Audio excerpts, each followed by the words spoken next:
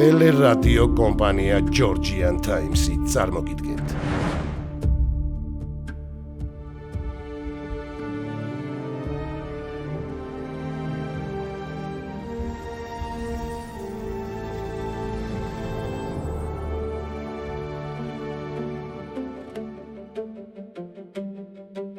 ალექსანდრე მაკედონელი, პირველი ნაწილი. კაცობრიობის ისტორიაში არსებობს გარდამტეხი მომენტები, როდესაც ერთი პიროვნების ნება მთელი ცივილიზაციის კურსს ცვლის. ძველი მსოფლიოს ისტორიაში იშვიათად მოიძებნება ეპოქა, სადაც ერთი ადამიანის აღზევება ასე მჭიდროდ დაემთხვა კაცობრიობის განვითარების ახალ საფეხურს. ძველი წელთაღრიცხვის მეოთხე საუკუნის შუახანებში, ბალკანეთის ნახევარკუნძულის ჩრდილოეთით დაიბადა ადამიანი, რომელმაც წაშალა საზღვრები დასავლეთსა და აღმოსავლეთ შორის. ალექსანდრე მაკედონელი არ ყოფილა მხოლოდ სამხედრო ლიდერი. იგი იყო მმართველი, რომელმაც ბერძნული სამხედრო გამოცდილება და პოლიტიკური აზროვნება ერთიან ძალად აქცია. მისი მოქმედებით შეიცვალა ძალთა ბალანსი ძველ სამყაროში და საფუძველი ჩაეყარა იმ პროცესს, რომელიც მოგვიანებით ელინისტური ეპოქის სახელით გახდა ცნობილი. იმ დროის საბერძნეთი ერთიანი ქვეყანა არ იყო, პოლისებად იყო დაყოფილი და ყოველი მათგანი საკუთარი ინტერესით ცხოვრობდა. ათენი კვლავ ინარჩუნებდა კულტურულ ბრწყინვალებას, თებეს სამხედრო მნიშვნელობას. სპარტას კი ძველი დიდება უკვე შესამჩნევად შერყეული ჰქონდა. სწორედ ამ გაფანტულ სივრცეში დაიწყო მაკედონიის აღზევება. საუკუნეების განმავლობაში იგი ბერძნული სამყაროს პერიფერიად ითვლებოდა, თუმცა მისი გეოგრაფიული მდებარეობა მას სტრატეგიულ მნიშვნელობას ანიჭებდა. ალექსანდრე დაიბადა ძველი წელთაღრიცხვით 356 წელს მაკედონიის მეფე ფილიპე მეორისა და ეპირის მეფის ასულის ოლიმპიადას ოჯახში. მამა იყო გამჭრიახი, ენერგიული, სასტიკი და მიზანსწრაფული მმართველი.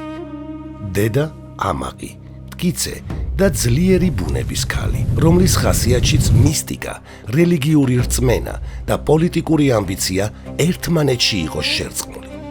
მისი ხასიათი ამ ორი ძლიერი პიროვნების გავლენით ჩამოყალიბდა. მამა მას ძალაუფლებისა და მმართველობის ენას ასწავლიდა. დედამ კი გამორჩეულობისა და განსაკუთრებულობის განცდა ჩაუნერგა. ფილიპე მეორე ტახტზე ავიდა იმ დროს, როცა მაკედონია მძიმე მდგომარეობაში იყო. მისი მმართველობისას მან ცენტრალური ხელისუფლება განამტკიცა, არისტოკრატია დაიმორჩილა, ქვეყნის ფინანსური რესურსები უკეთ გამოიყენა და რაც ყველაზე მნიშვნელოვანი იყო, არმია ძირეულად გადააწყო. მან შექმნა ახალი საომარი სისტემა, რომლის ბირთვად იქცა მაკედონური ფალანგა. ეს იყო ღრმად ჩამწკრივებული ქვეითი წყობა, სადაც მეომრები შეიარაღებულნი იყვნენ 6 მეტრამდე სიგრძის შუბებით. ასეთი წყობა პირდაპირ შეტევაში თითქმის გაუვალ კედლად იქცეოდა. მაგრამ ფილიპეს ნამდვილი გენიალურობა მხოლოდ ფალანგის შექმნაში არ ყოფილა. მან მძიმე ქვეითი ძალა სხვა ნაწილებთან, მაკედონურ მხედრობასთან, მსუბუქ ქვეითებთან, მშვილდოსნებთან და მეშურდულეებთან ერთიან სამხედრო მექანიზმად აქცია. ამ სისტემამ მაკედონიური ლაშქარი სამყაროს ერთ-ერთ ყველაზე ეფექტიან იარაღად გადააქცია. ამ ყველაფრის მიუხედავად, ფილიპეს კარგად ესმოდა, რომ მომავალი მეფე მხოლოდ მებრძოლი არ უნდა ყოფილიყო. ამიტომ შვილის აღზრდა ერთ-ერთ უდიდეს ბერძენ მოაზროვნეს მიანდო. ალექსანდრეს განათლებას 13 წლის ასაკიდან დიდი ფილოსოფოსი არისტოტელე ხელმძღვანელობდა. მისი გავლენა ალექსანდრეზე იმდენად დიდი იყო, რომ თავადაც აღნიშნავდა: არისტოტელეს მე მამის გვერდით ვაყენებ. მამამ სიცოცხლე მომანიჭა, არისტოტელემ კი ის, რაც სიცოცხლეს აზრს აძლევს. მასთან გატარებულმა წლებმა ალექსანდრეს მისცა არა მხოლოდ აკადემიური ცოდნა, არამედ სამყაროს სტრუქტურული ხედვა. არისტოტელემ ალექსანდრეს ასწავლა აზროვნება, სიტყვა, ეთიკა, ბუნებისადმი ინტერესი, პოლიტიკა და ბერძნული კულტურის ღრმა პატივისცემა. განსაკუთრებით შეიყვარა ჰომეროსის ილიადა. აქილევსი მის ცნობიერებაში იქცა არა უბრალოდ გმირად, არამედ ღირსებისა და უკვდავის სახელის სიმბოლოდ. მის ბუნებრივ ნიჭზე ადრევე საუბრობდნენ. ამის სიმბოლოდ იქცა ბუცეფალის მოთვინიერების ცნობილი ამბავი. როდესაც სხვები ცხენის ველურობას ხედავდნენ და უკან იხევდნენ, ალექსანდრე მიზეზს ეძებდა.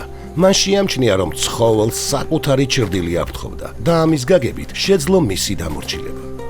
დაახლოებით 16 წლის ალექსანდრე მამის არყოფნისას რეგენტად დარჩა და პირველად შეეხო სახელმწიფო მმართველობის საქმეს.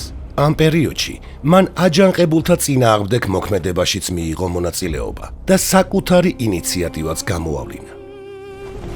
18 წლის ასაკში ქერონეის ბრძოლაში ალექსანდრე ხელმძღვანელობდა მძიმე კავალერიას და სწორედ მან გადაწყვიტა ბრძოლის ბედი, როდესაც გაარღვია თებეს რიგები.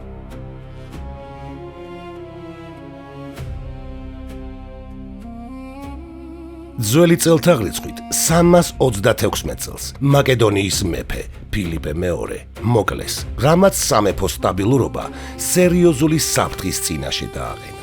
ამ ვითარებაში ტახტზე ავიდა მისი 20 წლის შვილი ალექსანდრე მაკედონელი.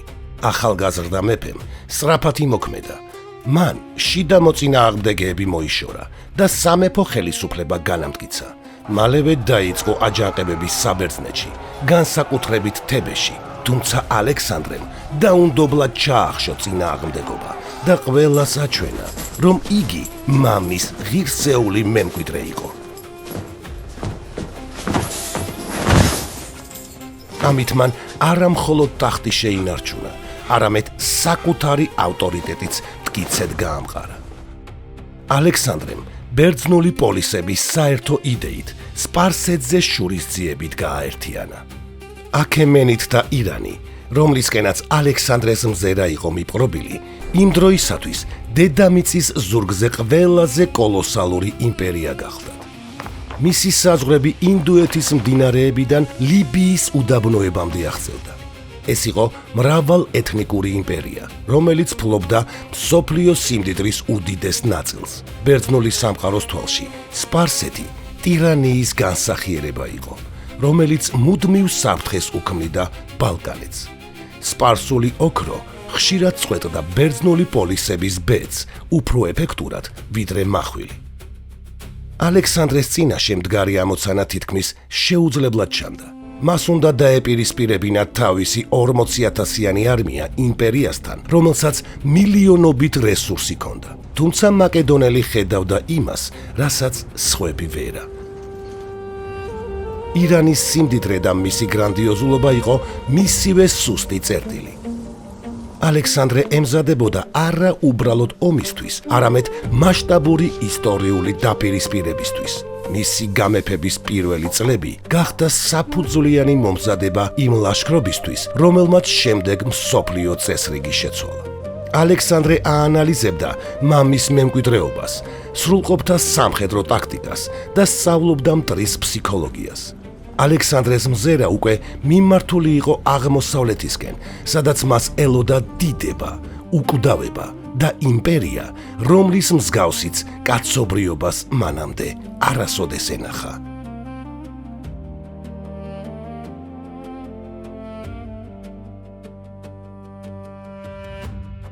პირველი ნაწილის დასასრული. ალექსანდრე მაკედონელი. მეორე ნაწილი. სპარსეთის წინააღმდეგ დაგეგმილი ლაშქრობის დაწყებამდე ახალგაზრდა მეფეს კარგად ესმოდა, რომ აუცილებელი იყო ზურგის გამაგრება. საბერძნეთი ჯერ კიდევ არ იყო სრულად დამორჩილებული და მცირე არეულობაც კი შეიძლებოდა საბედისწერო გამხდარიყო. ამიტომ ალექსანდრემ პირველივე წლებში მკაცრი და სწრაფი ნაბიჯები გადადგა. მან მყარად განამტკიცა მაკედონიის ჰეგემონია საბერძნეთში, ჩაახშო ყველა აჯანყების მცდელობა და ნათლად წარმოაჩინა, რომ ფილიპეს მიერ დაწყებული პოლიტიკური კურსი უცვლელად გაგრძელდებოდა. განსაკუთრებული მნიშვნელობა ჰქონდა თებეს აჯანყების ჩახშობას, რომლის შედეგადაც ქალაქი პრაქტიკულად განადგურდა.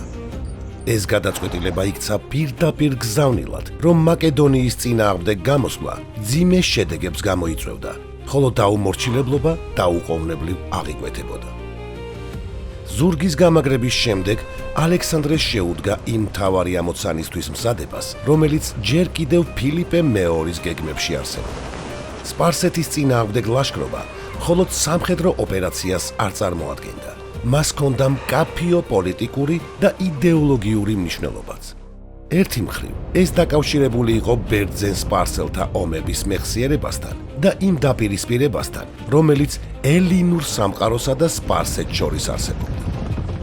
მეორე მხრივ კი ეს იყო მცდელობა, რომ მაკედონიის ძალაუფლება ბალკანეთის ფარგლებს გაცდენოდა და ფართო მსოფლიო მასშტაბზე გადასულიყო. ამ კონტექსტში განსაკუთრებული მნიშვნელობა ჰქონდა მცირე აზიის სანაპირო ზოლს, სადაც მრავლად იყო ბერძნული ქალაქები. ზოგიერთი ქალაქი ფორმალურად ინარჩუნებდა ავტონომიას, თუმცა ფაქტობრივად სპარსული ადმინისტრაციისა და სატრაპების მმართველობის ქვეშ იყო. ამიტომ ალექსანდრესთვის ეს ლაშქრობა ნაწილობრივ განიხილებოდა როგორც ამ ქალაქების გათავისუფლება და ბერძნული სივრცის აღდგენა. ალექსანდრეს არმია რაოდენობრივად შედარებით მცირე იყო, თუმცა მისი ძალა დისციპლინაში, ორგანიზაციასა და ტაქტიკურ მოქნილობაში მდგომარეობდა. მცირე აზიაში გადასვლამდე მას დაახლოებით 40,000-იანი ჯარი ჰყავდა, რომელშიც შედიოდა მაკედონური ფალანგა, მძიმე კავალერია, სუბუქი ქვეითი რაზმები და ბერძენი მოკავშირეების კონტინგენტი. ეს არმია არ გამოირჩეოდა მასშტაბით, მაგრამ იყო სწრაფი, მოქნილი და მკაცრად ორგანიზებული, რაც მას მნიშვნელოვან უპირატესობას ანიჭებდა მრავალრიცხოვან, თუმცა ნაკლებად შეკრულ სპარსულ ძალებთან შედარებით. ქრისტეს შობამდე 324 წელს ალექსანდრემ გადაკვეთა დარდანელის სრუტე და პირველად დადგა ფეხი აზიის მიწაზე. მცირე აზიაში შესვლისთანავე ალექსანდრემ სწრაფი და აქტიური შეტევის სტრატეგია აირჩია. მისი მთავარი მიზანი იყო მტრისთვის არ მიეცა დრო ძალების მოსაკრებად და ინიციატივა თავიდანვე საკუთარ ხელში აეღო. პირველ ეტაპზე მან განსაკუთრებული ყურადღება მიაქცია მცირე აზიის დასავლეთ სანაპიროსა და სტრატეგიულ ქალაქებს. იგი გეგმაზომიერად ცდილობდა სპარსული გავლენის შესუსტებას და ამავე დროს ადგილობრივი ბერძნული პოლისების თავის მხარეს გადმობირებას. ამ პროცესში ალექსანდრე მოქნილ პოლიტიკას ატარებდა. ზოგ ქალაქს ძალით იპყრობდა, ხოლო ზოგს მოლაპარაკებით იმორჩილებდა. იგი ხშირად წარმოაჩენდა საკუთარ თავს როგორც განმანთავისუფლებელს, რაც პოლიტიკურად გამართლებული ნაბიჯი იყო, რადგან ბერძნული პოლისები სპარსული ძალაუფლების ქვეშ იყო მოქცეული და მისგან განთავისუფლებისკენ ისრაფოდნენ. ამავე დროს სპარსეთის იმპერიაში ალექსანდრეს მოქმედებებს სათანადო მნიშვნელობა არ მიენიჭა.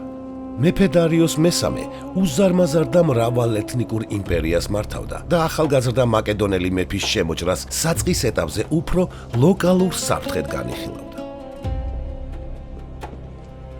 იმპერია თავისი მასშტაბიდან გამომდინარე რთულად სამართავი იყო, რის გამოც გადაწყვეტილებების მიღება და სამხედრო რეაგირება ხშირად ჭიანურდებოდა.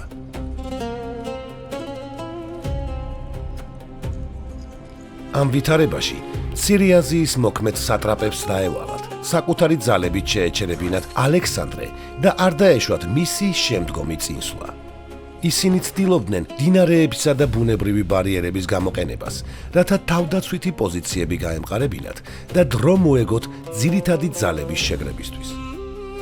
პირველი დიდი დაპირისპირება ალექსანდრესა და სპარსელებს შორის იმავე წლის მაისში მდინარე გრანიკოსთან მოხდა. სპარსელებმა არმია მდინარის ნაპირზე განალაგეს, რათა ბუნებრივი ბარიერის გამოყენებით შეეჩერებინათ მაკედონელთა წინსვლა. მიუხედავად იმისა, რომ ალექსანდრეს ერთ-ერთი გამოცდილი სარდალი, პარმენიონი, ბრძოლის გადადებას ურჩევდა, მან დაუყოვნებლივ დაიწყო შეტევა. მდინარის გადაკვეთა რთული იყო. წყლის დინება არ ღვევდა წყობას და არმიას დაუცველს ხდიდა.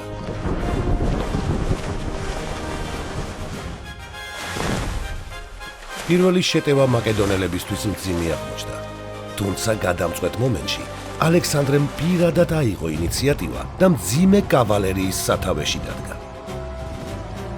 მისი იერიში მიმართული იყო სპარსელთა მთავარ ძალებზე, სადაც თავმოყრილი იყვნენ მათი მეთაურები.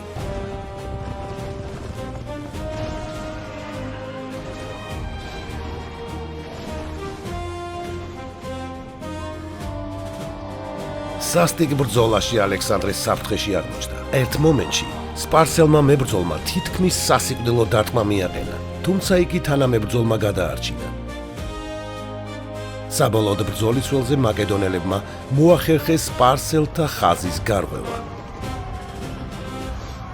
გრანიკოსის გამარჯვებამ ალექსანდრეს მცირე აზიაში გზა გაუხსნა და ნათლად აჩვენა, რომ აქემენიანთა ძალა დაუმარცხებელი არ იყო. ამ ბრძოლამ მნიშვნელოვნად გააძლიერა მაკედონელთა სამხედრო და ფსიქოლოგიური უპირატესობა. ალექსანდრე იქცა რეალურ საფრთხედ აქემენიანთა იმპერიისთვის. ახალგაზრდა მეფემ დაამტკიცა, რომ მისი ამბიცია და სამხედრო უნარი სრულიად შეესაბამებოდა იმ ამოცანას, რომელსაც იგი იკისრებდა კიდეც. მეორე ნაწილის დასასრული.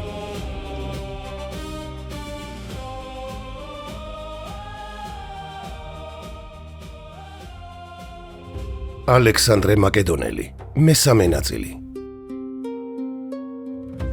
გრანიკოსის ბრძოლაში მოპოვებული გამარჯვების შემდეგ ალექსანდრემ დრო არ დაკარგა და სწრაფად განაგრძო წინსვლა. იგი მიზანმიმართულად ცდილობდა სპარსული ადმინისტრაციული ქსელის დაშლას და იმ ქალაქების დაკავებას, რომლებიც სტრატეგიულ მნიშვნელობას ატარებდა. მრავალი ქალაქი ალექსანდრეს წინააღმდეგობის გარეშე დანებდა. ერთ-ერთი ასეთი იყო სარდისი, რომელიც მცირე აზიაში სპარსული მმართველობის ერთ-ერთ მთავარ ცენტრს წარმოადგენდა. ქალაქი ალექსანდრეს სპარსელმა სატრაპმა უბრძოლველად ჩააბარა. ამით ალექსანდრემ არა მხოლოდ სტრატეგიული ცენტრი აიღო, არამედ მნიშვნელოვანი ფინანსური რესურსებით ჩაიგდო ხელში, რაც შემდგომი ლაშქრობისთვის აუცილებელი იყო. შემდეგი მნიშვნელოვანი ეტაპი იყო იონიის ქალაქების დაკავება. ეფესო, რომელიც სპარსული გავლენის ქვეშ იმყოფებოდა, ალექსანდრეს მხარეს გადავიდა. მან აღადგინა ადგილობრივი თვითმმართველობა და გააუქმა სპარსელთა მიერ დამყარებული რეჟიმი. მსგავსი პოლიტიკა მან სხვა ქალაქებშიც გაატარა, რაც მის იმიჯს, როგორც განმანთავისუფლებელს, კიდევ უფრო ამყარებდა. თუმცა, ყველა ქალაქი უბრძოლველად არ ნებდებოდა. ასეთ ქალაქებს შორის განსაკუთრებული ადგილი მილეტს ეკავა. მილეტი მცირე აზიის ერთ-ერთი მნიშვნელოვანი სანაპირო ქალაქი და სპარსეთის ფლოტისთვის სტრატეგიული საყრდენი იყო. მისი კონტროლი ზღვის გზების უსაფრთხოებას განსაზღვრავდა. სწორედ ამიტომ ალექსანდრემ მისი დაკავება პრიორიტეტად მიიჩნია. ქალაქმა ძლიერი და ორგანიზებული წინააღმდეგობა გაუწია მაკედონელებს, რაც განსაკუთრებით სპარსული ფლოტის მხარდაჭერით იყო განპირობებული. მაკედონელებმა საალყო დანადგარების გამოყენებით კედლები დაანგრიეს, ქალაქში შეიჭრნენ და გარნიზონის სასტიკად დაამარცხეს. საბოლოოდ მილეტი დაეცა. ამ გამარჯვებამ ალექსანდრეს მისცა შესაძლებლობა უსაფრთხოდ გაეგრძელებინა ლაშქრობა მცირე აზიის სიღრმეში. მილეტის შემდეგ კიდევ უფრო რთული ბრძოლა გაიმართა ჰალიკარნასში. ჰალიკარნასი მცირე აზიის ერთ-ერთი ყველაზე ძლიერად გამაგრებული და სტრატეგიულად მნიშვნელოვანი ქალაქი იყო, რომელიც სპარსეთისთვის მნიშვნელოვან სამხედრო საზღვაო საყრდენს წარმოადგენდა. ქალაქს იცავდა გამოცდილი მხედართმთავარი მემნონ როდოსელი, ბერძენი დაქირავებული მხედართმთავარი, რომელიც აქემენიანთა სპარსეთის იმპერიის სამსახურში იდგა ალექსანდრე მაკედონელის წინააღმდეგ ბრძოლაში. როდოსელმა განსაკუთრებით გამოიჩინა თავი ჰალიკარნასის ალყის დროს. მან ქალაქის დაცვა დიდი ოსტატობით წარმართა. გაამაგრა კედლები, ეფექტურად გამოიყენა ბერძენი მოქირავნეები და ალექსანდრეს ჯარს მძიმე წინააღმდეგობა გაუწია.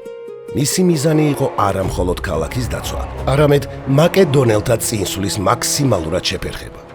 ალყა ხანგრძლივი და რთული აღმოჩნდა.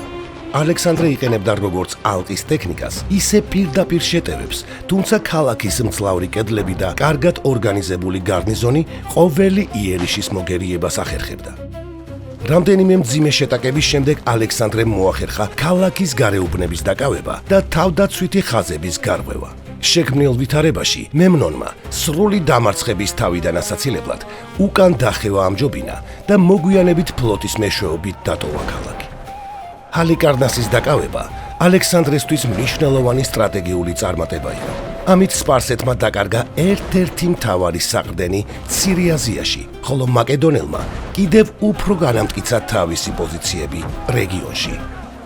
გრანიკოსის შემდეგ განვითარებულმა მოვლენებმა სპარსეთის მეფე დარიოს მესამე საბოლოოდ დაარწმუნა, რომ ალექსანდრეს წინააღმდეგ ბრძოლა აღარ შეიძლებოდა მხოლოდ ადგილობრივ ძალებზე დაყრდნობით. მან დაიწყო უზარმაზარი ლაშქრის შეკრება, რომელშიც იმპერიის სხვადასხვა რეგიონიდან მოყვანილ მეომრებთან ერთად მნიშვნელოვანი ადგილი ეკავათ ბერძენ მოქირავნე ქვეითებს. სპარსეთის არმია რაოდენობრივად მნიშვნელოვნად აღემატებოდა მაკედონელებს და ისტორიულ წყაროებზე დაყრდნობით 100,000-მდე მებრძოლისაგან შედგებოდა, თუმცა ზუსტი რაოდენობა უცნობია. ამ დროს ალექსანდრე მაკედონელი დაახლოებით 35-40,000-იანი არმიით მოქმედებდა, რომლის ბირთვს წარმოადგენდა მაკედონური ფალანგა, მძიმე კავალერია და მოკავშირე ბერძნული ნაწილები. მიუხედავად რიცხობრივი სხვაობისა, მისი არმიის უპირატესობა დისციპლინასა და კოორდინირებულ მოქმედებაში მდგომარეობდა. ორი არმია ერთმანეთ ძველი წელთა რიცხვით 323 წელს ისოსის მახლობლად შეხვდა, იმ ადგილზე, სადაც მცირე აზია სრულდება და იწყება ახლო აღმოსავლეთის სივრცე. ბრძოლის ველი ზღვისა და მთებს შორის იყო მოქცეული, რაც გადამწყვეტი ფაქტორი აღმოჩნდა, რადგან დარიოსის მრავალრიცხოვან არმიას სრული გაშლის შესაძლებლობა არ მიეცა. ბრძოლის დასაწყისში სპარსელებმა ძლიერი და ორგანიზებული წინააღმდეგობა გაუწიეს მაკედონელებს. განსაკუთრებით მძაფრი შეტაკება განვითარდა ცენტრში, სადაც განლაგებული იყვნენ ბერძენი მოქირავნე ქვეითები. მაღალი მომზადებისა და გამოცდილების გამო ისინი უშუალოდ ჩაერთნენ მაკედონურ ფალანგასთან დაპირისპირებაში. ამავე დროს სპარსელთა ფლანგებზე განლაგებული კავალერია ცდილობდა მაკედონელთა რიგების გარღვევას და ზურგში დარტყმის მიყენებას. მდგომარეობა განსაკუთრებით რთული იყო მაკედონელთა მარცხენა ფლანგზე, სადაც ბრძოლა კრიტიკულ ზღვრამდე მივიდა. თუმცა ალექსანდრემ სწრაფად შეაფასა ვითარება და გადაწყვიტა შეტევა მარჯვენა ფლანგზე განეხორციელებინა. იგი პირადად ჩაუდგა სათავეში მძიმე კავალერიას და მთელი ძალებით დარიოსის პოზიციისკენ დაიძრა. მისი იერიში თანდათანობით არღვევდა სპარსელთა თავდაცვით წყობას. ბრძოლა გადაიზარდა ახლო და სასტიკ შეტაკებაში, სადაც მაკედონელთა დისციპლინა და კოორდინაცია გადამწყვეტი აღმოჩნდა. როდესაც მაკედონელთა კავალერია დარიოსის პოზიციას მიუახლოვდა, სპარსეთის მეფე იძულებული გახდა ბრძოლის ველი დაეტოვებინა. მისი გაქცევა გარდამტეხი მომენტი გახდა, მიუხედავად იმისა, რომ სპარსელთა ნაწილი კვლავ აგრძელებდა ბრძოლას, საერთო წინააღმდეგობა ვეღარ შენარჩუნდა. მაკედონელებმა საბოლოოდ მოიპოვეს სრული გამარჯვება. ამ ბრძოლამ აჩვენა, რომ სწორად შერჩეული სტრატეგია, სწრაფი გადაწყვეტილება და დისციპლინა ხშირად უფრო მნიშვნელოვანი იყო, ვიდრე რიცხობრივი უპირატესობა. სპარსეთის არმიამ მძიმე დანაკარგები განიცადა, 10,000-ობით მებრძოლი დაიღუპა ან ტყვედ ჩავარდა. მაშინ, როცა მაკედონელთა დანაკარგები შედარებით მცირე იყო. ბრძოლის შემდეგ ალექსანდრემ ხელში ჩაიგდო სპარსეთის სამეფო ბანაკი, სადაც ინახებოდა დიდი რაოდენობით ოქრო, ვერცხლი და სხვა ძვირფასი ქონება. განსაკუთრებული მნიშვნელობა ჰქონდა იმასაც, რომ ტყვედ ჩავარდა დარიოს მესამის ოჯახი. ისოსის ბრძოლის შედეგებმა მნიშვნელოვნად შეცვალა ვითარება რეგიონში. სპარსეთის არმიის დამარცხებამ ალექსანდრეს მისცა შესაძლებლობა განემტკიცებინა საკუთარი პოზიციები და განეგრძო ლაშქრობა ახალი მიმართულებით. მესამე ნაწილის დასასრული.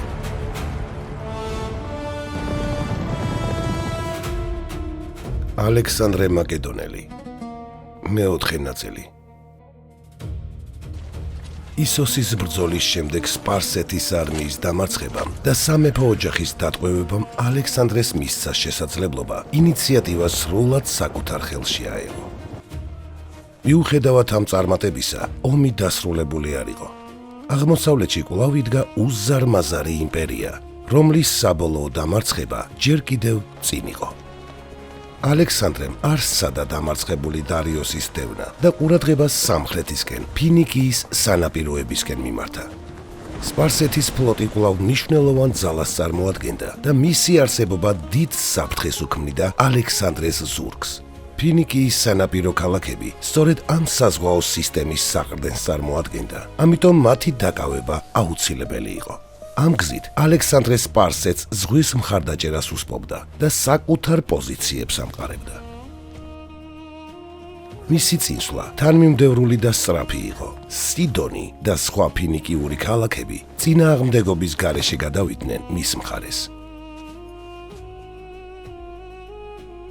გამონაკლისი აღმოჩნდა ტვიროსი, აღმოსავლეთ ხმელთაშუა ზღვის ერთ-ერთი უმდიდრესი და ყველაზე მნიშვნელოვანი საზღვაო ცენტრი. ქალაქმა უარი განაცხადა დამორჩილებაზე. მისი განსაკუთრებულობა მდებარეობაში იყო. ტვიროსი კლდოვან კუნძულზე მდებარეობდა და ძლიერი კედლებით იყო გარშემორტყმული, რაც მას პრაქტიკულად მიუდგომელს ხდიდა. ამ ვითარებაში ალექსანდრემ მიიღო გადაწყვეტილება, რომელიც მის საინჟინრო და სამხედრო გენიაზე ნათლად მიუთითებს. მან ბრძანა კუნძულზე დამაკავშირებელი მიწაყრილის აგება. ამ ურთულეს სამუშაოში 10,000-ობით ადამიანი მონაწილეობდა. თავდაპირველად ჩაყარეს ქვები, ზემოდან დაალაგეს ხეები და ნელ-ნელა ქალაქისკენ მიიწევდნენ. მიწაყრილის სიგანე დაახლოებით 60 მეტრს აღწევდა. ტვიროსელები აქტიურად ცდილობდნენ ამ პროცესის ჩაშლას. ისინი ზღვიდან ესხმოდნენ თავს მაკედონელებს, ცვალდნენ საალყო კონსტრუქციებს და აფერხებდნენ მშენებლობას. ერთ-ერთი ასეთი შეტევის დროს მათ შეძლეს მაკედონელთა კოშკებისა და მიწაყრილის ნაწილის განადგურება.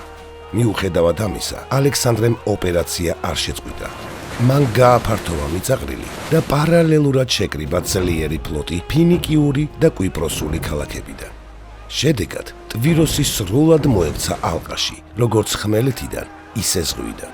7 თვიანი მძიმე ბლოკადის შემდეგ ალექსანდრემ საბოლოო შეტევა განახორციელა. მაკედონელებმა მოახერხეს კედლების გარღვევა და ქალაქში შეჭრა. ტვიროსის დაცემა მძიმე შედეგებით დასრულდა მისი მოსახლეობისთვის. ამ გამარჯვებამ სპარსეთის საზღვაო ძალას გადამწყვეტი დარტყმა მიაყენა და აღმოსავლეთ ხმელთაშუა ზღვის სანაპიროს საბოლოოდ მაკედონელთა კონტროლის ქვეშ გადავიდა. ამ წარმატების შემდეგ ალექსანდრეს გზა სამხრეთისკენ ეგვიპტის მიმართულებით გაგრძელდა, სადაც მისი კამპანია ახალ პოლიტიკურ და სტრატეგიულ ეტაპზე უნდა გადასულიყო. ეგვიპტის გზაზე ალექსანდრეს მნიშვნელოვანი წინააღმდეგობა არ შეხვედრია. გარდა ქალაქ ღაზისა, მიუხედავად მტკიცე თავდაცვისა, რამდენიმე მძიმე იერიშის შემდეგ ქალაქი მაინც დაეცა. ქრისტეს შობამდე 322 წელს ალექსანდრე ეგვიპტეში შევიდა. სპარსეთის მმართველობა ამ რეგიონში უკვე შესუსტებული იყო და ეგვიპტის დაპყრობა პრაქტიკულად უბრძოლველად განხორციელდა. ადგილობრივი მოსახლეობა მას როგორც განმანთავისუფლებელს შეხვდა, რაც მნიშვნელოვნად ამარტივებდა მისი ხელისუფლების დამყარებას. ეგვიპტეში ალექსანდრემ სწრაფად გაამყარა თავისი ძალაუფლება. იგი ოფიციალურად აღიარეს ფარაონად, რაც მნიშვნელოვანი პოლიტიკური ნაბიჯი იყო. ამით მან არა მხოლოდ სამხედრო კონტროლი დაამყარა, არამედ ადგილობრივი ტრადიციების პატივისცემით საკუთარი მმართველობა ლეგიტიმურად წარმოაჩინა. ეგვიპტეში ყოფნისას ალექსანდრემ ერთ-ერთი ყველაზე მნიშვნელოვანი გადაწყვეტილება მიიღო. დაარსა ქალაქი ალექსანდრია. იგი მდებარეობდა ნილოსის დელტასთან ახლოს, ხმელთაშუა ზღვის სანაპიროზე და სტრატეგიულად უმნიშვნელოვანეს ადგილზე იყო გაშენებული. მომავალში ალექსანდრია იქცა ერთ-ერთ უმნიშვნელოვანეს სავაჭრო, კულტურულ და სამეცნიერო ცენტრად ანტიკურ სამყაროში. ქალაქის დაარსება აჩვენებდა, რომ ალექსანდრე მხოლოდ სამხედრო გამარჯვებებით არ შემოიფარგლებოდა. იგი ქმნიდა ახალ პოლიტიკურ და ეკონომიკურ სივრცეს. ამავე პერიოდში განსაკუთრებული მნიშვნელობა ჰქონდა ალექსანდრეს ვიზიტს ამონის ოაზისში, სადაც იგი ეგვიპტური ტრადიციის მიხედვით ღვთაებრივ მმართველად იქნა აღიარებული. ეს მოვლენა მნიშვნელოვან გავლენას ახდენდა მის პოლიტიკურ იმიჯზე და აძლიერებდა მის ავტორიტეტს როგორც ადგილობრივ მოსახლეობაში, ისე საკუთარ არმიაში.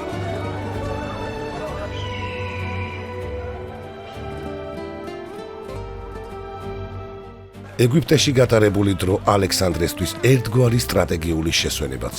მან მოაწესრიგა ადმინისტრაცია. გაამყარა ძალაუფლება და უზრუნველყო ქვეყნის სტაბილურობა. ამავე დროს მან მოამზადა არმია მომავალი კამპანიისთვის. ეგვიპტიდან გამოსვლისას ალექსანდრეს მიზანი უკვე სრულიად ნათელი იყო. მას სურდა სპარსეთის უზარმაზარი იმპერია ერთხელ და სამუდამოდ დაესამარებინა.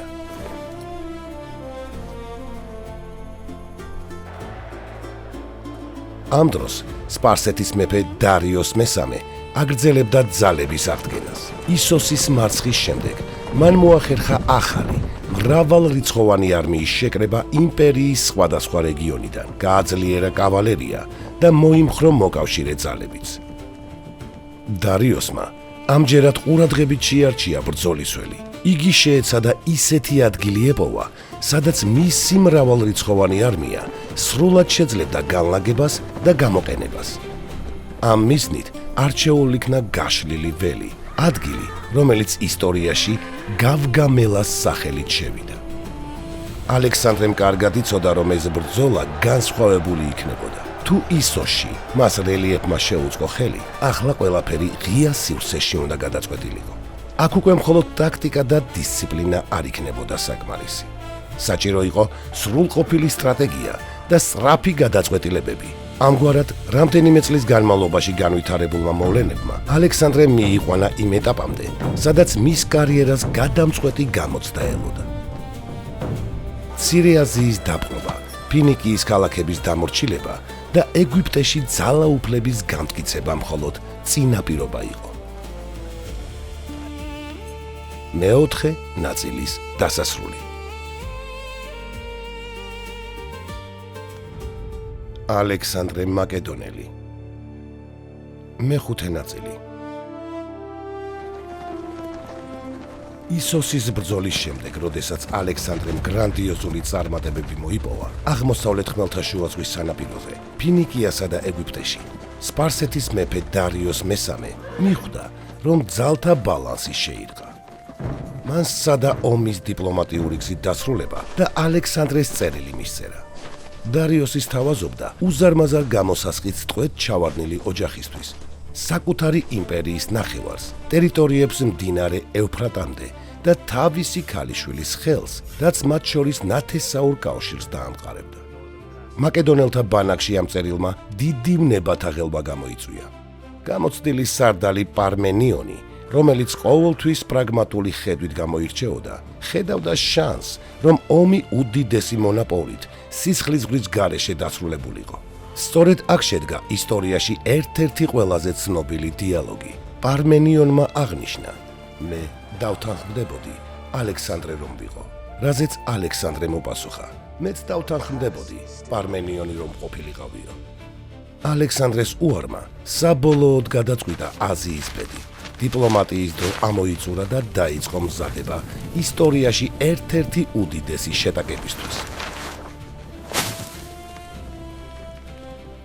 დარიოსმა, რომელმაც დაინახა, რომ დათმობებით ვერაფერს გახდებოდა, იმპერიის სხვადასხვა კუთხიდან უზარმაზარი არმიის შეკრება დაიწყო.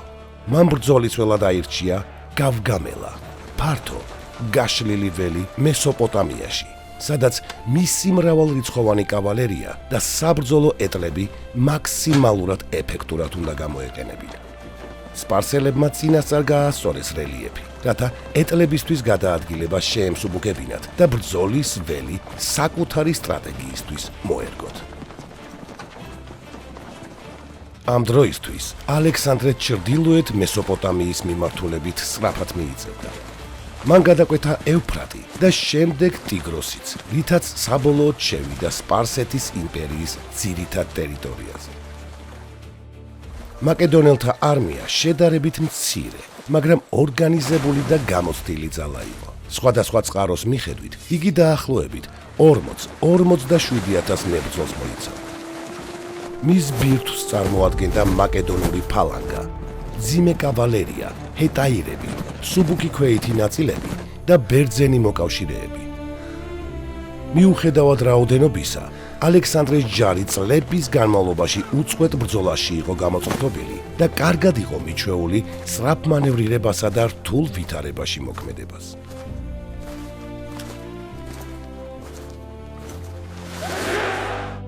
მეორე მხარეს იდგა დარიოსის არმია, მრავალ ეთნიკური და რიცხობრივად მნიშვნელოვნად დიდი ძალა. ზუსტი რაოდენობა უცნობია და წყაროებში განსხვავდება, თუმცა თანამედროვე შეფასებით სპარსელთა არმია დაახლოებით 100,000 მებრძოლს მოიცავდა. ზოგიერთ ანტიკურ წყაროში კი ეს რიცხვი კიდევ უფრო გაზრდილია. დარიოსის ჯარში შედიოდნენ სპარსელები, მიდიელები, ინდოელები და სხვა ხალხები. განსაკუთრებულ ყურადღებას იპყრობდა კავალერია და ეგრეთ წოდებული ცელებიანი ეტლები, რომლებიც მტრის რიგების გარღვევისთვის იყო განკუთვნილი. დარიოსმა თავისი არმია წინასწარ განათავსა შერჩეულ ველზე და ელოდა მაკედონელთა გამოჩენას. მისი გეგმა ეფუძნებოდა რიცხობრივ უპირატესობას და ღია სივრცეში მანევრის თავისუფლებას. როდესაც ალექსანდრეს არმია გავგამელას მახლობლად გამოჩნდა, ორივე მხარე უკვე სრულ მსატყოფნაში იყო. ერთ მხარეს იდგა უზარმაზარი იმპერია თავისი მრავალრიცხოვანი ძალებით, ხოლო მეორე მხარეს შედარებით მცირე, მაგრამ ერთიანი და გამოცდილი არმია, რომელსაც სათავეში ალექსანდრე ედგა. როდესაც მაკედონელებმა გავგამელას ველზე გადაჭიმული სპარსელთა უზარმაზარი არმია დაინახეს, რომლის კოცონებიც ღამით მთელ ჰორიზონტს ფარავდა, ბევრს შიში დაეუფლა. პარმენიონმა ალექსანდრეს ღამით მოულოდნელი შეტევა შესთავაზა, რაზეც მეფემ თავისი ცნობილი პრინციპით უპასუხა. მე გამარჯვებას არ ვიპარავ. მას სურდა დარიოსის დამარცხება მზის შუქზე, რათა არავის შეჰპარვოდა ეჭვი, ვინ იყო აზიის ნამდვილი მბრძანებელი. ძველი წელთაღრიცხვით 331 წლის 1 ოქტომბერს, დილით, მზის ამოსვლასთან ერთად, ორივე არმია საბრძოლო წყობაში ჩადგა. სპარსელები, რომლებიც მთელი ღამე იარაღას ხმულები ელოდნენ თავდასხმას, დაღლილები იყვნენ. მაკედონელები კი დასვენებულნი გამოვიდნენ ბრძოლის ველზე. ალექსანდრემ თავისი ჯარი ტრადიციულად განალაგა. ცენტრში მაკედონური ფალანგა, მარჯვენა ფლანგზე თავად ალექსანდრემ მძიმე კავალერიით, ხოლო მარცხენა ფლანგზე პარმენიონი მოკავშირე ბერძნული და თრაკიული ძალებით. დამატებით შექმნილი იყო მეორე ხაზიც, შესაძლოა შემოვლითი იერიშების მოსაგერიებლად. ბრძოლა ალექსანდრეს მოხერხებული მანევრით დაიწყო. იგი მარჯვენა ფლანგისკენ გადაადგილდა, რათა სპარსელები მოსწორებული ველიდან გამოეტყუებინა. ამ მოძრაობამ დარიოსი აიძულა თავისი ჯარიც გადაეადგილებინა, რამაც სპარსელთა წყობა გაწელა და ხაზებში ნაპრალები გააჩინა. სწორედ ამ სუსტი წერტილის პოვნას ცდილობდა ალექსანდრე. ამ დროს დარიოსმა შეტევის დაწყება ბრძანა და წინ გაუშვა ცელებიანი ეტლები. ასობით ეტლი დიდი სისწრაფით დაიძრა ფალანგისკენ. თუმცა მაკედონელებმა წინასწარ მომზადებული ტაქტიკა გამოიყენეს, რიგები გახსნეს და დერეფნები შექმნეს. ეტლებმა ცარიელ სივრცეში ჩაიქრონეს, სადაც ისინი მაკედონელმა მეისრეებმა და მსუბუქმა ქვეითებმა უმოწყალოდ გაანადგურეს. ამგვარად სპარსელთა ერთ-ერთი მთავარი იარაღი განეიტრალდა. ამავდროულად მარცხენა ფლანგზე მდგომარეობა გართულდა. პარმენიონის ძალები ძლიერ ზეწოლას განიცდიდა და საფრთხე შეიქმნა, რომ მაკედონელთა წყობა დარღვეულიყო. სწორედ ამ დროს ალექსანდრემ შენიშნა, რომ სპარსელთა ცენტრსა და მარცხენა ფლანგს შორის მცირე ნაპრალი გაჩნდა. მან შეკრიბა თავისი საუკეთესო კავალერია და მთელი ძალით პირდაპირ ამ ნაპრალში დარიოსის მიმართულებით შეიჭრა.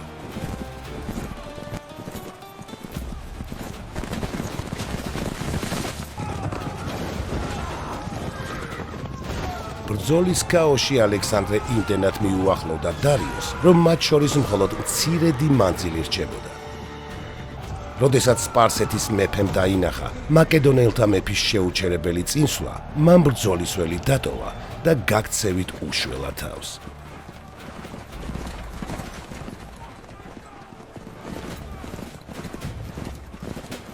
მეფის გაქცევამ ჯაჭვური რეაქცია გამოიწვია. სპარსული არმიის საბრძოლო სული გატყდა და წინააღმდეგობა განელდა. საბოლოოდ სპარსეთის არმია სრულად დამარცხდა. გავგამელას ბრძოლა ალექსანდრესთვის გადამწყვეტი გამარჯვება გახდა. მან საბოლოოდ დაანგრია აქემენიანთა იმპერიის სამხედრო საფუძველი. ალექსანდრემ დაამტკიცა, რომ აზიის ახალი ბრძანებელი თავად იყო.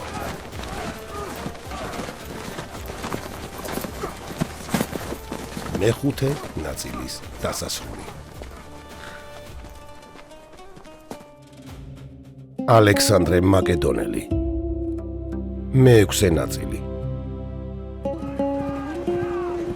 გავგამელას ბრძოლაში მოპოვებულმა გამარჯვებამ საბოლოოდ გადაწყვიტა აქემენიანთა იმპერიის ისტორიული ბედი. მიუხედავად იმისა, რომ დარიოსმა მოახერხა გაქცევა და კვლავ ცოცხალი იყო, მას აღარ გააჩნდა რაიმე ქმედითი პოლიტიკური თუ სამხედრო ბერკეტი, რათა ალექსანდრეს ძალებს ეფექტურად დაპირისპირებოდა. იმპერია, რომელიც 2 საუკუნეზე მეტი ხნის განმავლობაში ახლო აღმოსავლეთის უდიდეს სახელმწიფოს წარმოადგენდა, არსებობის უკანასკნელ დღეებს ითვლიდა. გავგამელას შემდეგ ალექსანდრეს პირველი დიდი სამიზნე ბაბილონი იყო.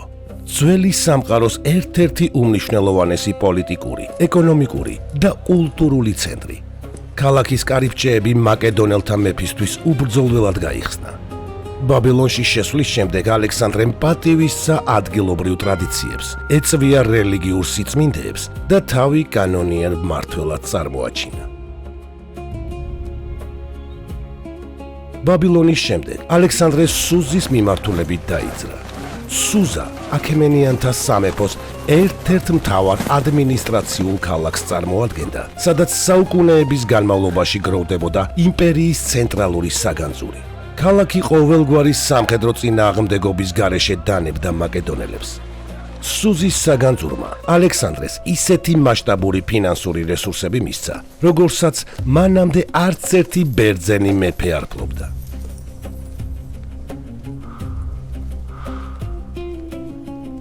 ამ უმნიშვნელოვანესი გამარჯვებების შემდეგ ალექსანდრეს წინაშე სპარსეთის სამეფოს იდეოლოგიური ცენტრი პერსეპოლისი იდგა. იგი აქემენიანთა სამეფო ძალაუფლების, დიდებისა და სახელმწიფოებრივი იდენტობის უმთავრეს სიმბოლოს წარმოადგენდა, სადაც უმაღლესი დონის საზეიმო ცერემონიები იმართებოდა. ქალაქის მისადგომებთან სატრაპმა არიო ბარზანმა მაკედონელთა შეჩერება სცადა. ვიწრომთიან გადასასვლელში მან ალექსანდრეს გარკვეული დროით სერიოზული წინააღმდეგობა გაუწია. თუმცა მაკედონელთა მეფემ ალტერნატიული ბილიკებით სპარსელთა პოზიციებს შემოუარა და მათი თავდაცვა გაარღვია. მალე ალექსანდრე იმპერიის ყველაზე სიმბოლურ ქალაქში შევიდა. პერსეპოლისის დაკავება სამხედრო მნიშვნელობასთან ერთად უზარმაზარი პოლიტიკური და სიმბოლური დატვირთვაც ჰქონდა.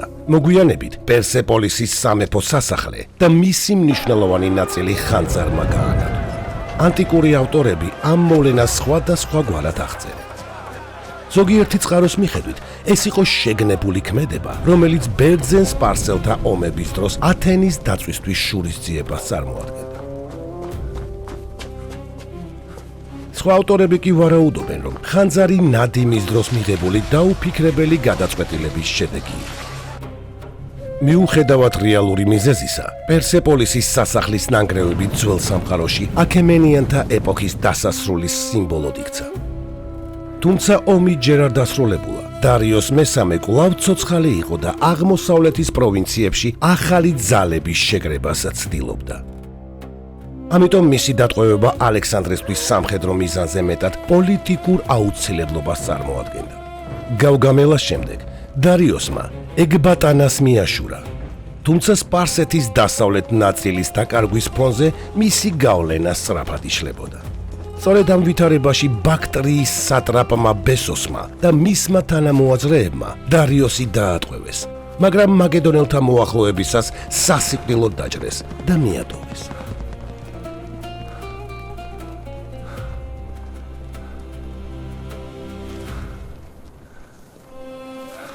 მალე სპარსეთის უკანასკნელი მეფე გარდაიცვალა. ალექსანდრემ დარიოსის ცხედარს პატივი მიაგო და სამეფო წესის მიხედვით დაკრძალა, რითაც თავი აქემენიანთა სახელმწიფოს კანონიერ მემკვიდრედ წარმოაჩინა. თუმცა ბრძოლა ამით არ დასრულებულა. ბესოსმა თავი ახალ მეფედ გამოაცხადა და აღმოსავლეთში წინააღმდეგობის ორგანიზებას სცადა. ამის გამო ალექსანდრე იძულებული გახდა ლაშქრობა ცენტრალური აზიის მიმართულებით განეგრძო. მაკედონელთა დევნის შედეგად ბესოსი საკუთარმა მოკავშირეებმა გასცეს და ტყვედ ჩააბარეს ალექსანდრეს. კანონიერი მეფის მკვლელობისთვის ის სასტიკად დასაჯეს სიკვდილით. თუმცა თვითმარქვია მონარქის ლიკვიდაციით რეგიონში წინააღმდეგობა არ შეწყვეტილა. პირიქით, ამ დროიდან მაკედონელთა სამხედრო კამპანია პრინციპულად შეიცვალა. რეგულარული არმიების ნაცვლად მათ მოუწიათ ბრძოლა უზარმაზარ სივრცეებში, თებსა და უდაბნოებში მოქმედ პარტიზანულ ძალებთან, რომლებიც კარგად იცნობდნენ ადგილობრივ რელიეფს. აღმოსავლეთის კამპანია ალექსანდრესთვის ერთ-ერთი ყველაზე რთული და დამქანცველი აღმოჩნდა. რამდენიმე წლის განმავლობაში მას უწევდა ლოკალური აჯანყებების ჩახშობა და მთის მიუდგომელი ციხესიმაგრეების აღება, რომელთა შორის განსაკუთრებული მნიშვნელობა ჰქონდა სოგდიანის კლდის დაკავებას. განსაკუთრებით მძიმე ბრძოლები გაიმართა სპიტამენეს წინააღმდეგ, რომელმაც რამდენიმე წლის განმავლობაში წარმატებით უხელმძღვანელა ანტიმაკედონურ წინააღმდეგობას და არაერთხელ სერიოზული პრობლემები შეუქმნა მაკედონელებს.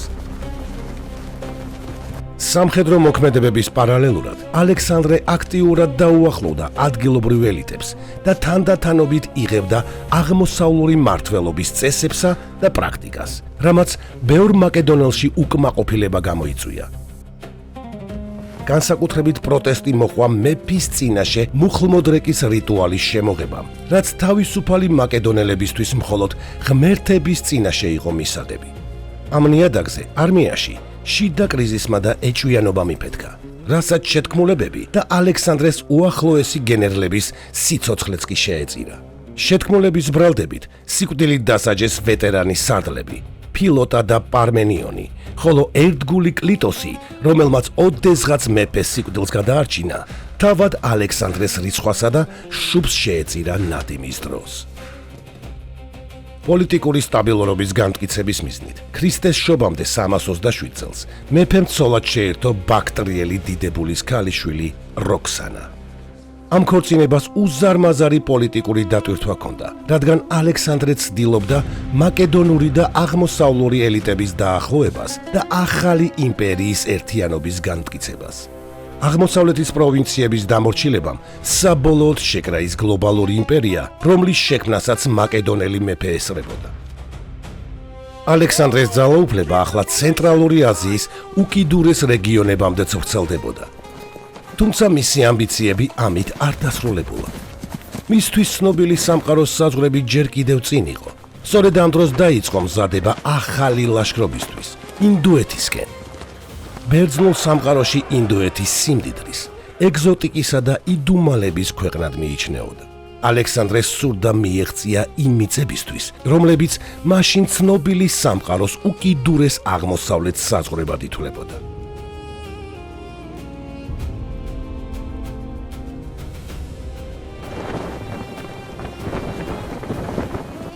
მეექვსე ნაწილის დასასრული. ალექსანდრე მაკედონელი, მეშვიდე ნაწილი.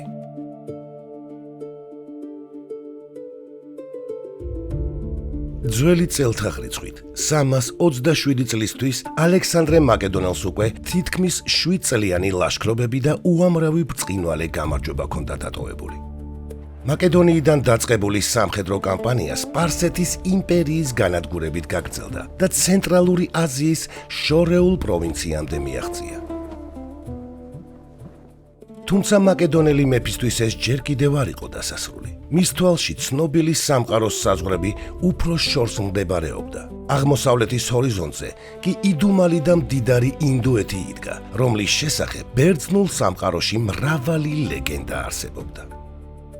ალექსანდრე ბავშვობიდან აღფრთოვანებული იყო გმირული საგებითა და დიდი დამპყრობლების ისტორიებით. მას სურდა მიეღწია იმ მიწებისთვის, რომლებიც იმდროინდელი ადამიანებისთვის მსოფლიოს კიდედ მიიჩნეოდა. ამიტომ მან ლაშქრობა კიდევ უფრო აღმოსავლეთისკენ განაგრძო.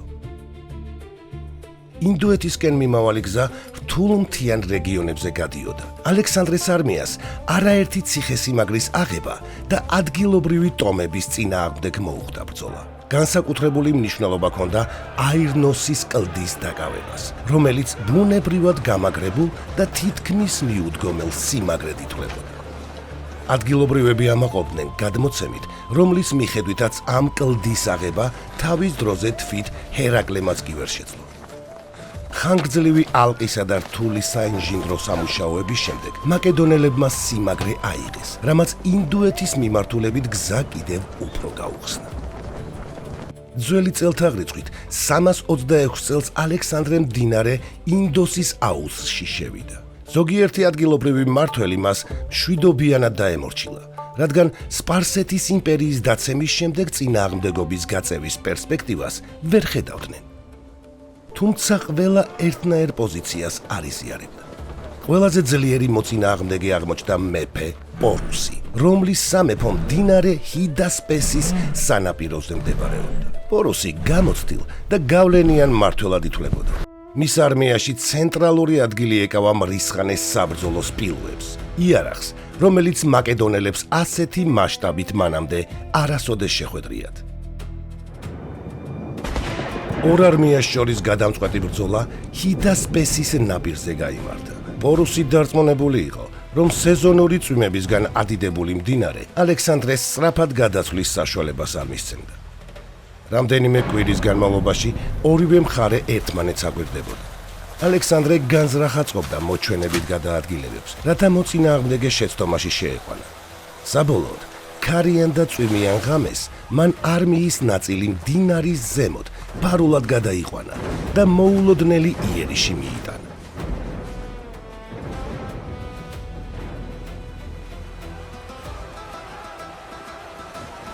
ბრძოლა მძიმე და სისხლის მღვრელი აღმოჩნდა.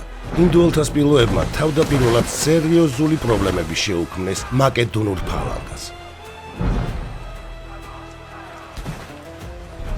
ცხოველები არ ღვევდნენ წყობას, თელავდნენ მეომრებს და პანიკას იწვევდნენ.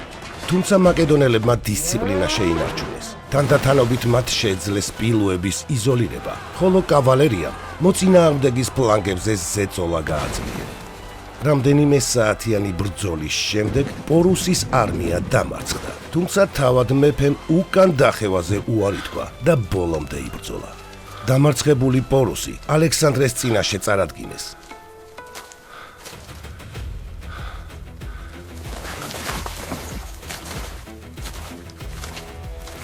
როდესაც მაკედონელმა მეფემ კითხა, როგორ სურდა მოპყრობოდა მას, პორუსმა უპასუხა, როგორც მეფე მეფეს. ამ პასუხმა ალექსანდრეზე დიდი შთაბეჭდილება მოახდინა. მან პორუსს არა მხოლოდ შეუნარჩუნა სიცოცხლე და სამეფო, არამედ მისი სამფლობელოებიც მნიშვნელოვნად გააფართოვა და თავის ერთგულ მოკავშირედ აქცია.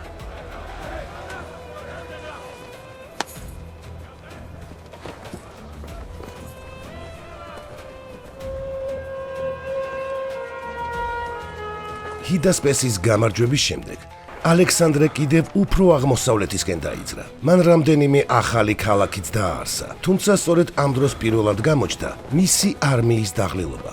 მაკედონელი და ბერძენი მეომრები უკვე წლების განმავლობაში სახლიდან შორს იბრძოდნენ. მათ გავლილი ჰქონდათ ათასობით კილომეტრი, გადაელახათ უდაბნოები, მთები და მდინარეები. როდესაც ცნობილი გახდა, რომ აღმოსავლეთით კიდევ უფრო დიდი სახელმწიფოები და მრავალრიცხოვანი ჯარები ელოდათ, ჯარისკაცთა უკმაყოფილება აშკარა გახდა. საბოლოოდ, ალექსანდრეს არმიამ წინსვლის გაგრძელებაზე უარი განაცხადა. მეფე რამდენიმე დღის განმავლობაში ცდილობდა ჯარის დარწმუნებას. მან მათ დიდება, ახალი მიწები და მომავალი გამარჯვებები შეახსენა, მაგრამ ამჯერად უშედეგოდ. პირველად, მთელი ლაშქრობის განმავლობაში ალექსანდრეს საკუთარი არმიის ნებასთან შეგუება მოუწია. მძიმე გადაწყვეტილების შემდეგ მან აღმოსავლეთისკენ სვლა შეწყვიტა და უკან დაბრუნება ბრძანა. ამ ადგილას აღმართეს საკურთხევლები, რომლებიც მაკედონელთა აღმოსავლური წინსვლის უკიდურეს წერტილად იქცა. დაბრუნების გზა არანაკლებ რთული აღმოჩნდა. მაკედონელები ინდოსის დინებას სამხრეთით ჩახვდნენ და გზად არაერთ ადგილობრივ ტომს შეებრძოლნენ. ერთ-ერთი ასეთი შეტაკების დროს ქალაქის კედლებზე იერიშისას ალექსანდრე მძიმედ დაიჭრა. ის იმდენად მძიმე მდგომარეობაში აღმოჩნდა, რომ არმიაში მისი გარდაცვალების შესახებ ხმებიც გავცა, თუმცა მეფემ გადარჩენა შეძლო და კამპანია განაგრძო. ინდოეთის ლაშქრობის დასრულების შემდეგ ალექსანდრემ არმიის ნაწილი ფლოტით გაგზავნა. თავად კი გედროსიის უდაბნოს გავლით დაბრუნება გადაწყვიტა. ეს გადაწყვეტილება მის კარიერაში ერთ-ერთ ყველაზე მძიმე გამოცდად იქცა. წყლის, საკვებისა და გზების სიმწირის გამო ათასობით ადამიანი დაიღუპა. ბევრისთვის სწორედ ეს უდაბნო აღმოჩნდა უფრო საშიში, ვიდრე წლების განმავლობაში გამართული ბრძოლები. მიუხედავად ამისა, გადარჩენილებმა საბოლოოდ შეძლეს სპარსეთის ტერიტორიებზე დაბრუნება. ქრისტეს შობამდე 324 წლისთვის ალექსანდრე კვლავ სუზაში იმყოფებოდა. ახლა მისი მთავარი ამოცანა უკვე მხოლოდ ახალი მიწების დაპყრობა აღარ იყო. უზარმაზარი იმპერია, რომელიც ბალკანეთიდან ინდოეთამდე იყო გადაჭიმული, მართვასა და გამტკიცებას საჭიროებდა. სწორედ ამიტომ მან დაიწყო მაკედონური და სპარსული ელიტების დაახლოების პოლიტიკა. ამ პოლიტიკის ყველაზე თვალსაჩინო გამოხატულებად იქცა ზუზის ცნობილი ქორწინებები. საზეიმო ცერემონიაზე ალექსანდრემ თავისი უახლოესი სარდლები სპარსელ დიდგვაროვან ქალებზე დააქორწინა. თავად კი დარიოს მესამის ქალიშვილი სტატეირა შეირთო. ათასობით მაკედონელმა მეომარმაც სპარსელი ქალები მოიყვანა ცოლად. ალექსანდრეს მიზანი იყო ახალი არისტოკრატიის ჩამოყალიბება, რომელიც იმპერიის სხვადასხვა ხალხს ერთ სახელმწიფოში გააერთიანებდა. თუმცა ამ პოლიტიკას ყველა ერთნაირად არ უყურებდა. ბევრი მაკედონელი უკმაყოფილო იყო, რადგან ფიქრობდა, რომ მათი მეფე სულ უფრო მეტად ემსგავსებოდა აღმოსავლელ მონარქებს და ძველ მაკედონურ ტრადიციებს შორდებოდა.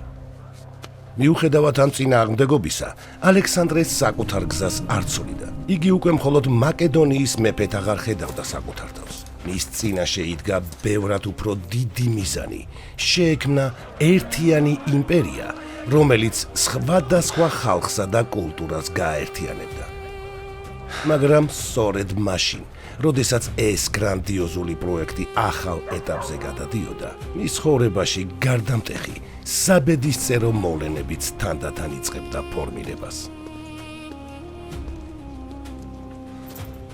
მეშვიდე ნაწილის დასასრული.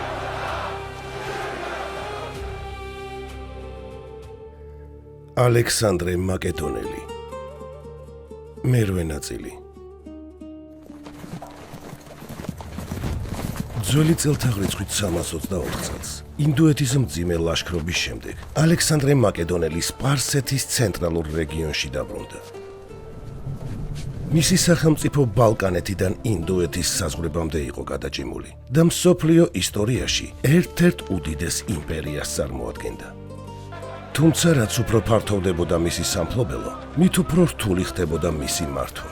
მრავალფეროვანი ხალხების, კულტურებისა და ტრადიციების გაერთიანება გაცილებით დიდ გამოწვევად იქცა, ვიდრე ახალი ტერიტორიების დაპყრობა.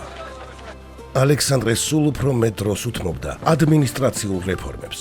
მან ადგილობრივი დიდებულების ნაწილის სახელმწიფო მართვაში ჩართო. სპარსელი ახალგაზრდებისგან შექმნა ახალი სამხედრო ნაწილები, ხოლო მაკედონელ და სპარსელ არისტოკრატებს შორის კავშირების გაღრმავებას ცდილობდა. ამ პოლიტიკის ყველაზე თვალსაჩინო გამოხატულებად სუზის ცნობილი ქორწინებები იქცა, როდესაც მაკედონელ სარდლებს სპარსელი დიდგვაროვანი ქალები დააქორწინა. თავად კი დარიოს მესამის ქალიშვილი სტატეირა შეირთო. მისი მიზანი იყო ისეთი სახელმწიფო შექმნა, სადაც აღმოსავლური და მაკედონური ელიტები ერთიან მმართველ სისტემაში ითანამშრომლებდნენ.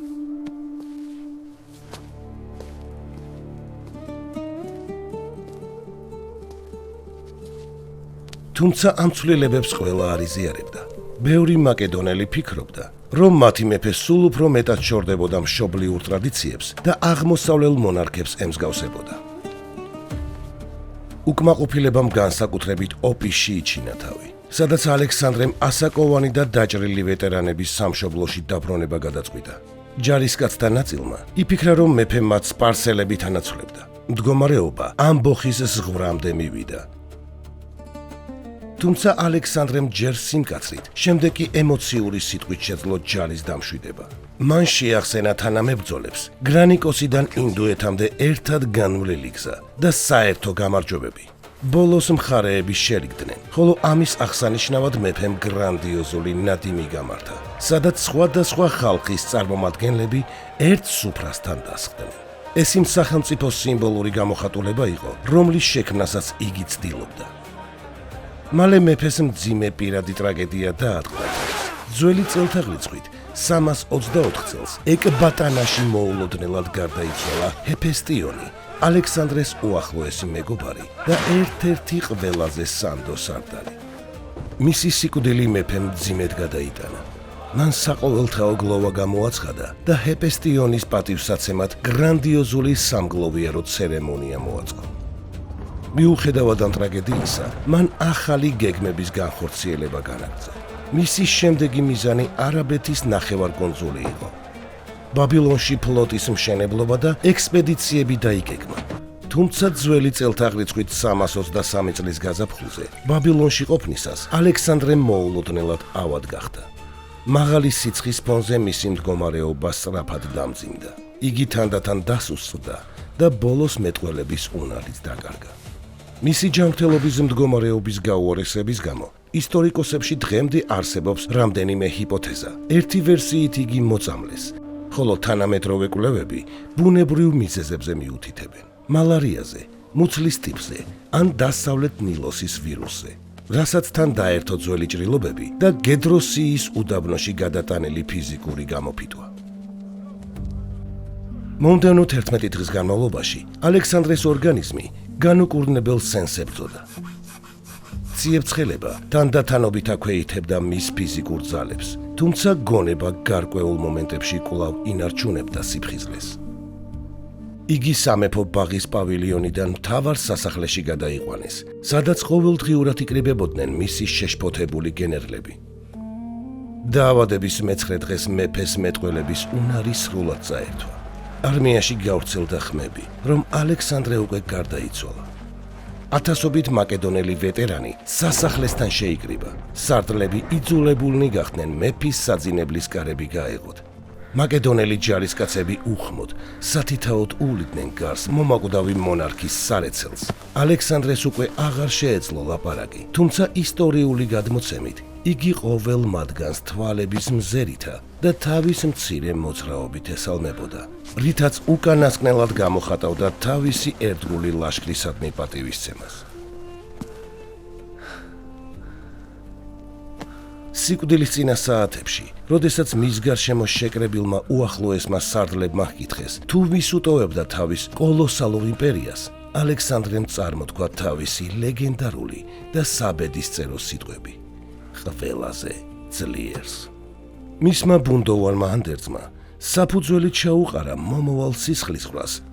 ამავე დროს მან სამეფო ბეჭედი პერდიკას გადასცა, თუმცა ეს ძალაუფლების საკითხს ვერ წყვეტდა.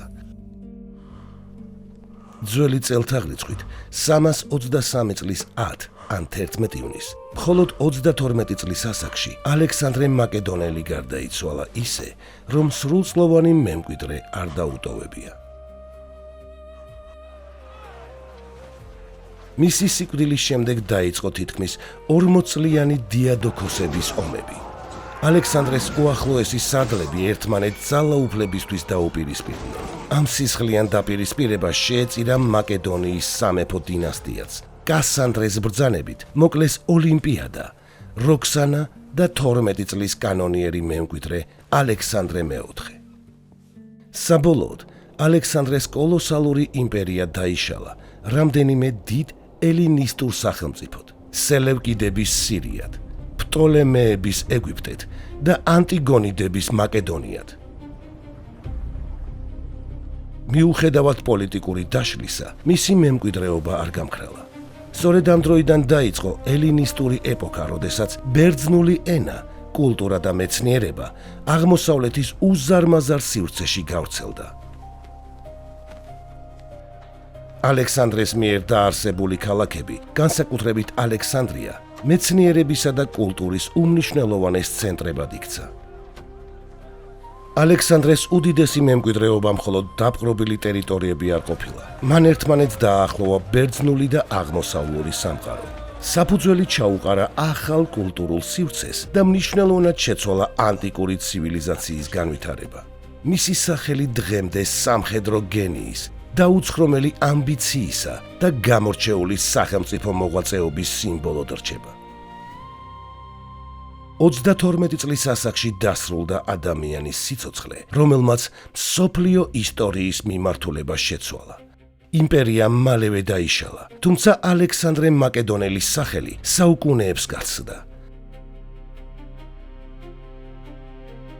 მისი მოღვაწეობა შთაგონების წყაროდ იქცა მრავალი დიდი მხედართმთავრისა და სახელმწიფო მოღვაწისთვის, მათ შორის იულიუს კეისრისა და ნაპოლეონ ბონაპარტისთვის.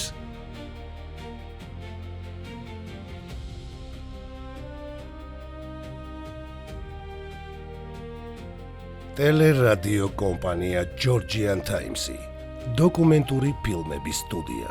გადაცემაზე მუშაობდნენ დამდგმელი რეჟისორი, პროდიუსერი, იდეის ავტორი მალხაზ გულაშვილი, სცენარის ავტორი, მონტაჟის რეჟისორი, ხმის რეჟისორი მირზა ცხოიძე. გახმოვანება ლაშა მურჯიგნელი.